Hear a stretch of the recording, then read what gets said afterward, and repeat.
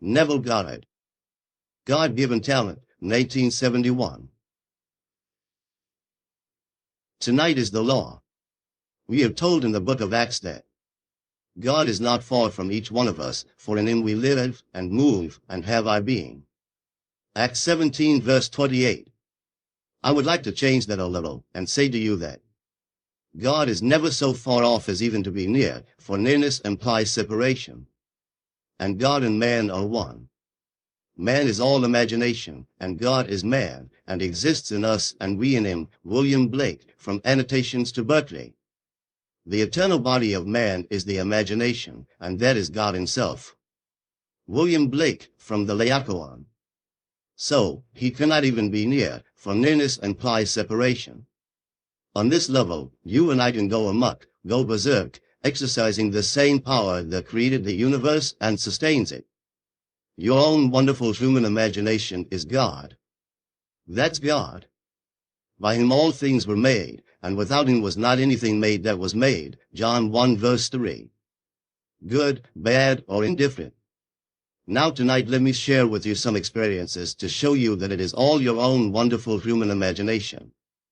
You might have read last Saturday's Los Angeles Times. On the front page in bold type is the story of a plane.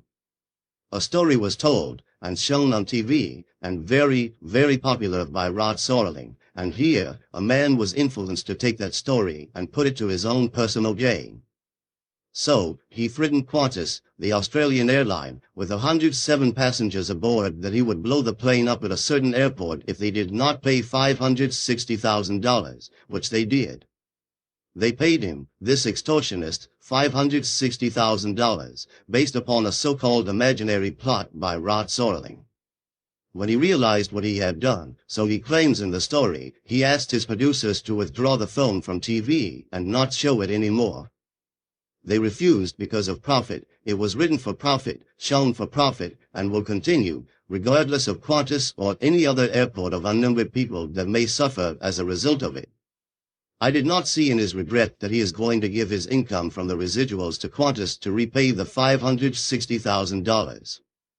No, he didn't say that he would pay back what he would now make to the Australian airport. He is going to keep it and write another bunch of nonsense, because he doesn't know what you know, that imagining creates reality.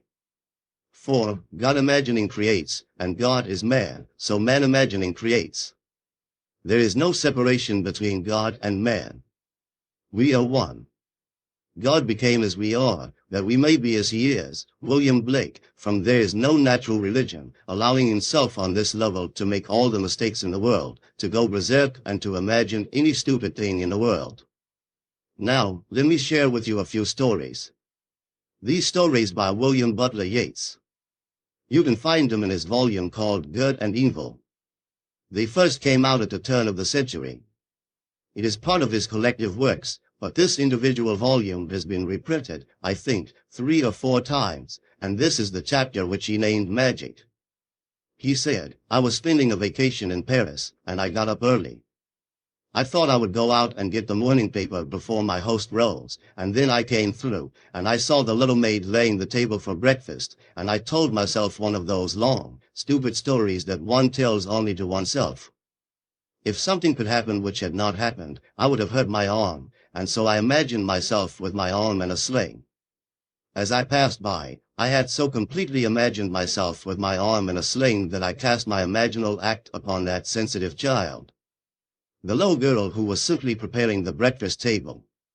When I returned with my paper, my hostess met me at the door, and she was all in a dither, inquiring about my arm, for she said that the little girl, the maid, had told her that Mr. Yeats came down with his arm in a sling. Then I remembered what I had done. I simply imagined that had I done what I had not done, I would have hurt my arm, and my arm would now be in a sling, so I cast my imaginal act so intensely upon that maid that she saw it as an actual fact.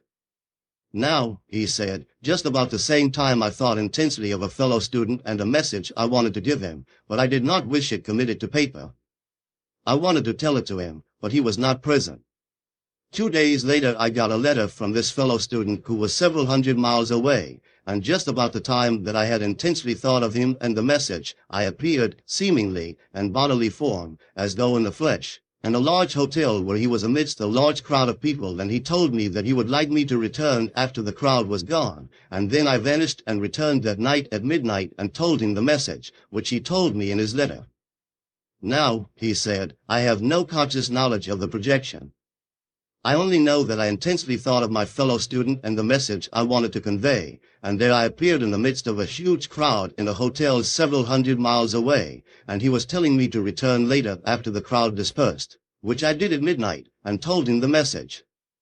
Now, he said, I could tell you unnumbered stories of the power of imagination. Then he tells the one of Joseph Blanco, which is a popular story and supposedly very, very true, of this student at Oxford University finding himself, well, without funds, so he could not continue his studies. So the day that he left college, because he could not afford to continue, he found no job, and he joined himself to a bunch of gypsies. Traveling gypsies. And one day 2 students who knew him at college came upon him among the gypsies, and he made a sign not to be identified, and then came up afterwards, and he told them, I'll meet you at the inn, and then I will explain to you why you find me among this crowd. Well, they were curious and went to the inn, and when he came into the inn, he told them that they are not quite the vagabonds that people think they are. They have a secret that is not known at Oxford. None of our professors know it. I know I never heard about it, said he, so no one knows it, but I will tell you what they have taught me. I have learned all that they have taught me so far, and I have improved upon it. Now to show you what I mean by it, I will leave you 2 fellows alone, and when I return I will tell you what you have discussed in my absence. So, when he came back, he told them in detail what they had discussed, everything they had discussed, and they were curious, and wondered why. He said, you had no choice in the matter. I determined what you would discuss.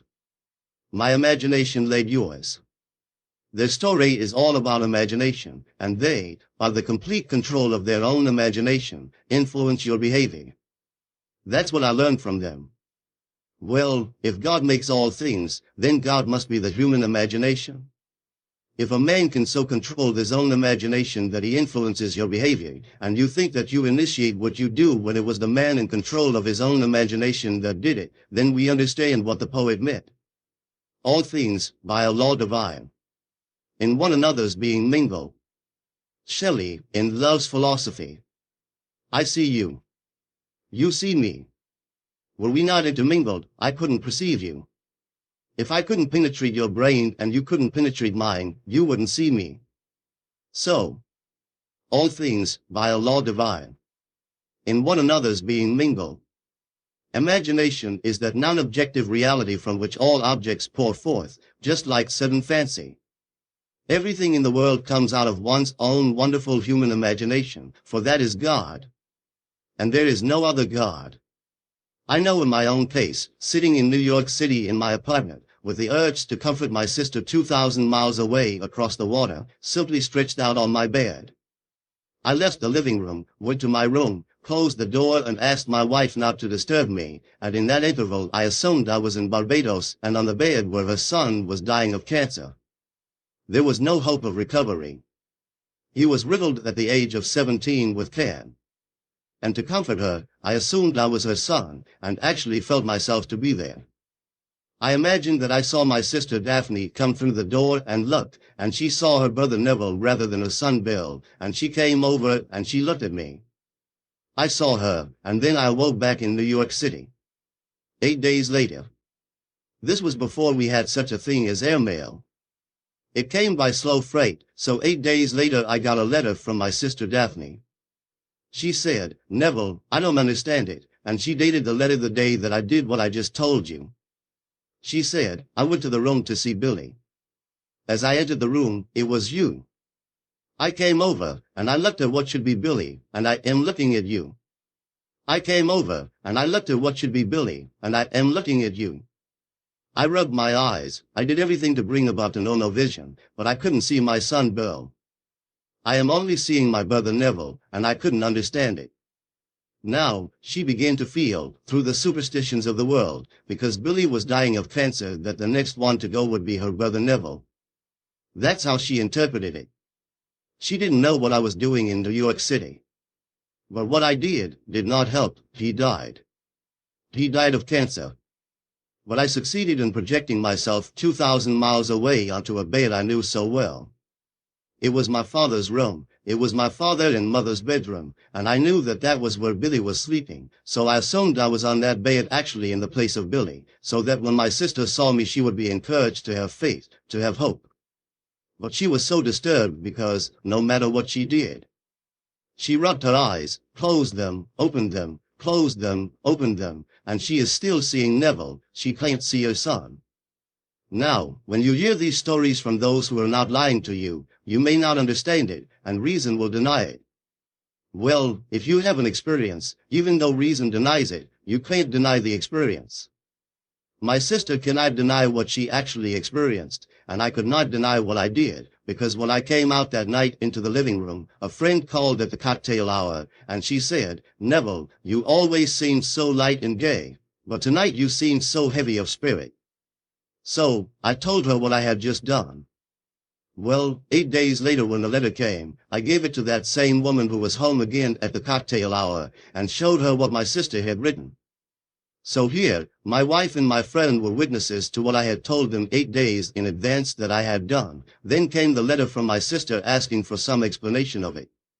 So, I tell you, I know from experience that imagining creates reality. On this level, we are only learning. We are all students. We are simply in kindergarten, and we go berserk, as Rod Serling did, for he made a fortune writing this story, and it is still being shown all over on TV, and you will still get his residuals, and you will take his residuals and pile it into some IBM stock or some other stock. He hasn't given it away. He'll write more nonsense, for it's all nonsense, but he doesn't realize what he is piling up for himself. Be not deceived. God is not mocked. Galatians 6 verse 7. As a man sows, so shall he reap. See yonder fields. The sesamum was sesamum, and the corn was corn. The silence and the darkness knew. So is a man's fate born. The light of Asia. So, let no one think he is getting away with anything. Misuse your talent, and you will reap seeming rewards today in dollars and cents. Tomorrow you will reap it in another kind of payment. Another kind of payment tomorrow. And dollars and cents cannot buy it. Dollars and cents cannot free you from it either. You will go through the experience of having misused the talent that you received. The talent is the gift of God himself. God actually became man, that man may become God. So, this is the law by which we live. Learn to use your imagination lovingly on behalf of everyone in this world, because you are going to reap the fruit of it. Whether you use it lovingly or unlovingly, you are going to reap the fruit of it. So I say to you tonight, God is not apart from man. He is never, not in eternity, so far off as even to be near, because nearness implies separation. That statement from the 17th chapter of Acts would imply separation. He is not even separated. He can't even be near you, because he is your own I. When you say, I, that is God. When you say, I am, that's God. His name forever and forever. And there is no other God. The minute you say, thou, that's a false God. If you address him as, you, that's a false God. The only God is I am. That is my name forever, and by this name I must be known throughout all generations. Exodus 3 verse 15. So, do not misuse it. Now, you can set yourself a goal. Any goal, and if you really know exactly what things would be like if you had realized it, and then entered into that state, may I tell you? It will become to you objective.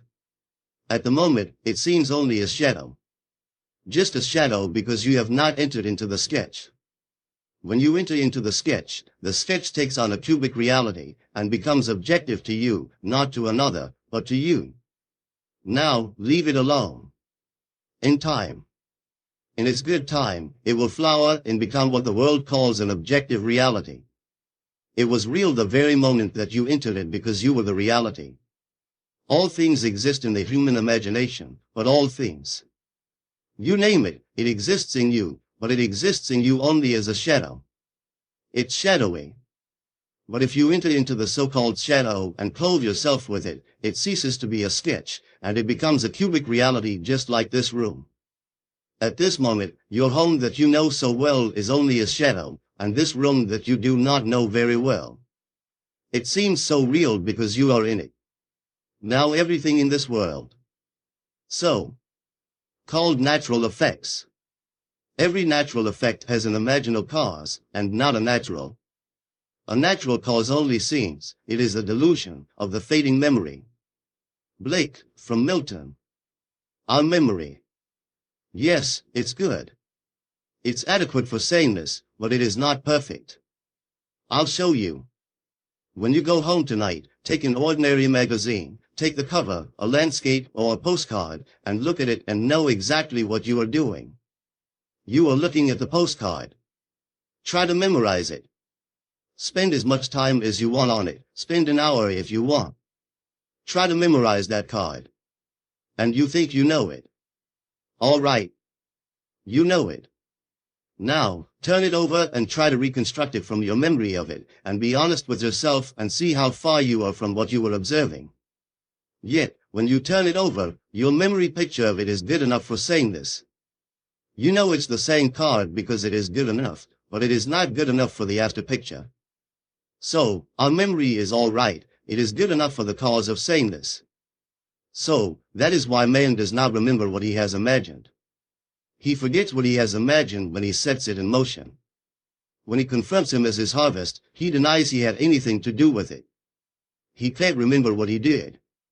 Now, every imaginative man in this world is forever casting, I would say, glamours, and influencing the entire world of the passive, unimaginative. They are forever falling under the influence of those who are vivid in their imagination. They are reaping it, and you will understand the cry on the cross, Father, forgive them, for they know not what they do, for some vivid imagination has compelled them to act as they act. So, forgive them. The actors. Any condemnation goes to the author, not the actor.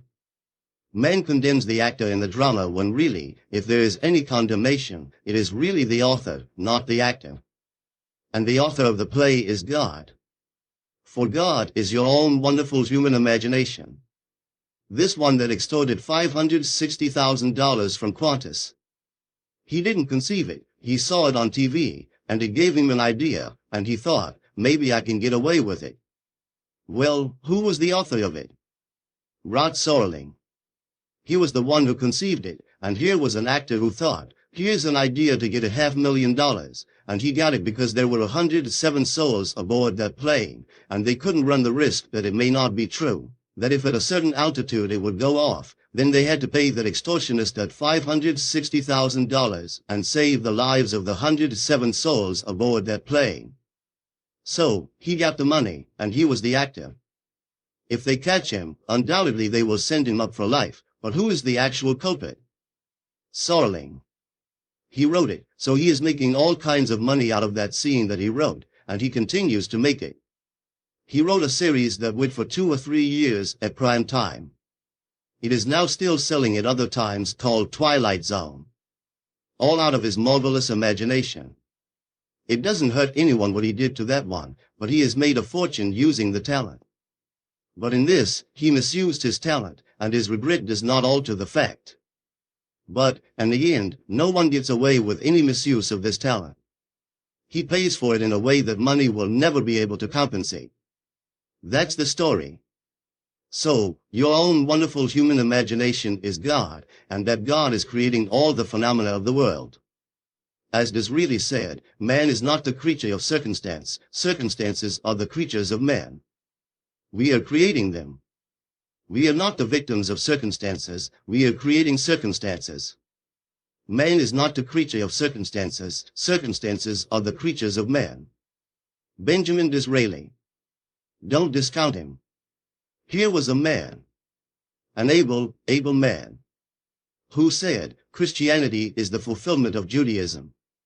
He never denied that he was a Jew. His very name tells you who he is. Benjamin Disraeli. D is of Israel. Benjamin of Israel is what his real name is. He never denied he was an Israelite, but he knew that the Christian faith, if properly understood, was but the flower. The fruit on the tree of Israel, the fulfillment of it, when God actually became man and flowered in man, and the whole vast wonderful imagination that is God awakened in a man, and he knew that he was God. And he tried to tell his world, and they denied it. That was not what they were looking for, when it was buried in every man, and in each man he was to awaken. And when he awakens, he is God, but before he awakens. Oh, does he go amok? Does he make mistakes? These horrible mistakes in the world? But the day will come, he will completely awaken within man, and when he does, he will be governed by love, and nothing but love. Until we are completely governed by love, what horrors we create in this world. So, the whole vast objective world is created by the imaginal acts of man. Everything now proven in the world was once only imagined. I don't care what it is. The simplest little thing, a chair, the dress you wear, the hat, the house. Everything was only imagined, and then executed. It began all in the imagination of man. So, everything that is in this world is nothing more than the imaginal acts of men pushed out. Good, bad, or indifferent. So, tonight you take me seriously, and know that you, and you alone, are responsible for the phenomena in your world. If you are passive and not alert, you can be influenced because all things, by a law divine, and one another's being mingled. But it is still the one being, and so you can be influenced. You and I trust that you cannot be influenced to take pictures shown on TV and extort $500,000. I trust your ethical code is beyond that, but not everyone is beyond it. You and I hope, are beyond such things, but there are unnumbered people who are not, and they will simply be influenced by the powerful imagination of a writer, a very successful writer, who, if tonight you was invited by some universities to speak on the art of writing, could demand maybe $2,000 to $3,000 for his appearance. And he knows nothing concerning the story of the Bible. But nothing. Had he known it, he would not have done it. So, you know it, and he doesn't, so he makes his $3,000 if he wants to take it. He doesn't have to take it, he has so much money he doesn't need it. But you have what he doesn't have. You have awakened to the point of knowing how to use your imagination lovingly on behalf of others. So, this is the law of Scripture. When we speak of the law and the promise, this is the law, that your imaginal acts are creating facts in the world. Imagining creates reality. So, watch carefully what you are imagining. When you return home tonight and you are about to go to sleep, see that your mind is filled with lovely things. Imaginal things. And drop off into that state. Do not let the sun go down upon your anger. Ephesians 4 verse 26, actually resolve it within yourself, and sleep as though things were as you would like them to be, or make them lovely. Make them altogether marvelous in your world. I tell it for your own good, because in the not distant future, not only the little crowd here, but the whole vast world will have departed. Those who are now claiming themselves to be another generation and demanding special service, they will in the not distant future be old people who will vanish from this world. It's time that we all wake up and catch on to what really is causing the phenomena of the world.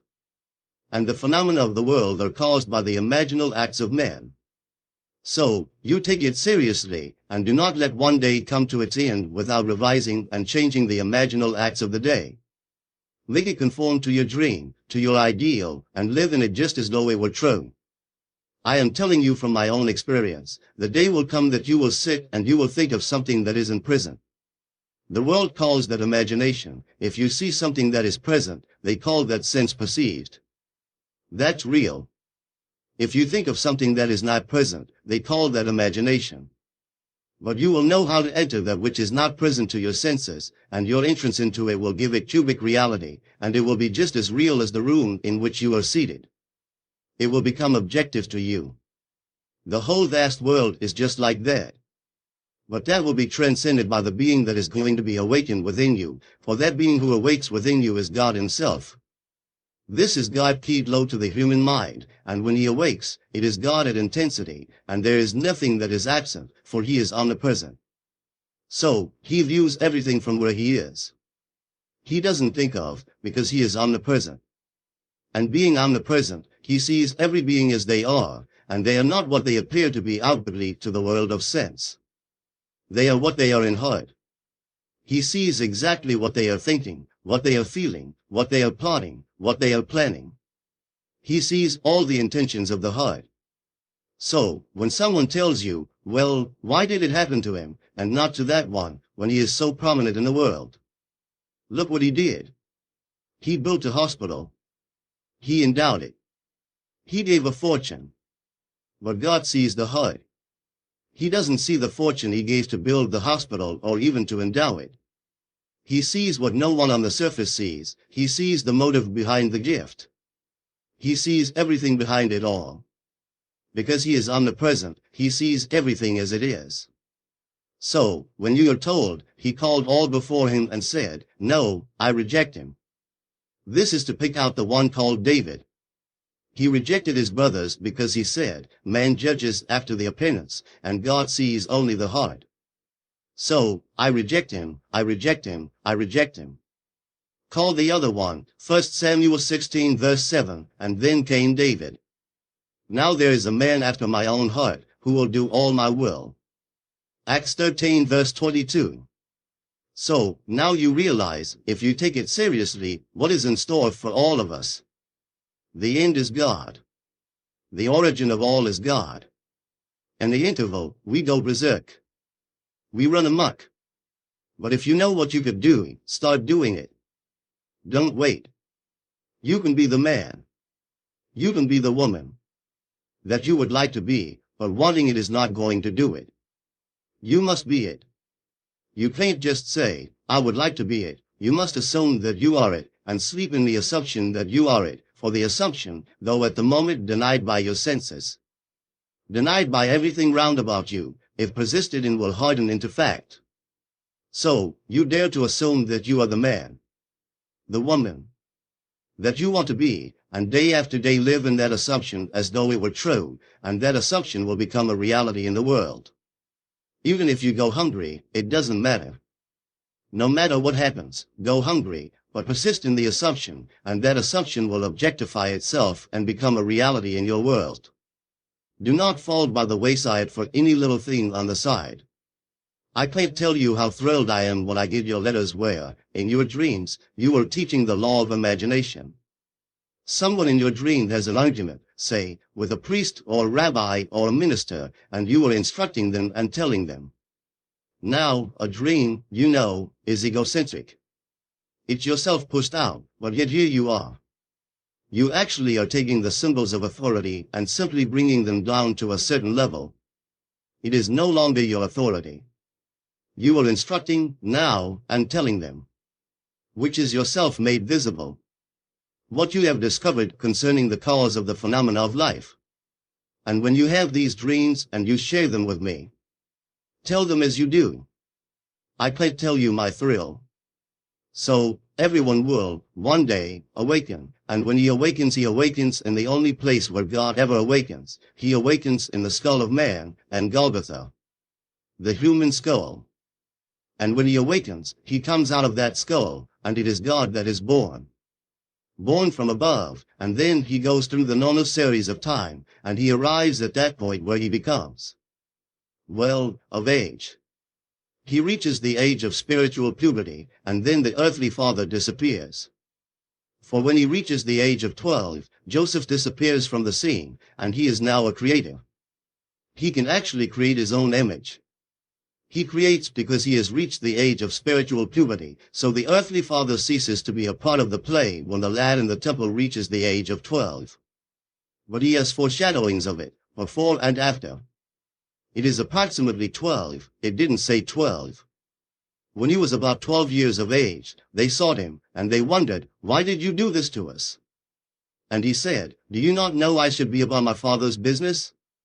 And he is talking to his father and his mother. They did not understand him. Luke 2 verses 49 and 50, and then Joseph disappears from the play. He is no longer brought back into the play, for he has become the Father. So, the Son becomes the Father. He now creates as God the Father. But tonight I want it to be only on this level. The level of, well, the law, where man, if he is in control of his own imagination, is in control of the phenomena of his life. He is not the victim of circumstances. Circumstances are the creatures of himself. He creates them if he knows what he is doing. If he doesn't know what he is doing and he is passive in this world, he can be influenced by the imagination of one who is in control of his imagination, for he doesn't know what he is doing like Serling didn't know. Had he known, he wouldn't have done it. And to this day he doesn't know. He only regrets what he did, but he doesn't know that his imagining is creating reality. He sees the evidence before him and still doesn't know it. I tell you, imagining creates reality. So, be careful what you imagine, because you are setting in motion. And because all things, by a law divine, in one another's being mingle, you are influencing everyone, even though they do not see your picture or read your book. As Yeats again said, having seen the operation of this law, we should never be certain it was not some woman treading the winepress who started that subtle change in men's minds, or that the passion because of which so many countries were given to the sword did not begin in the mind of some shepherd boy, lighting up his eyes for a moment before it ran upon its way. Who knows who, this night, feels neglected, feels hurt, feels wrongfully accused, and who is sitting alone and treading in the winepress, who tomorrow will influence some catastrophe. Some shepherd boy dreaming of some heroic future and thinking only in terms of war that could bring in the crown of a hero.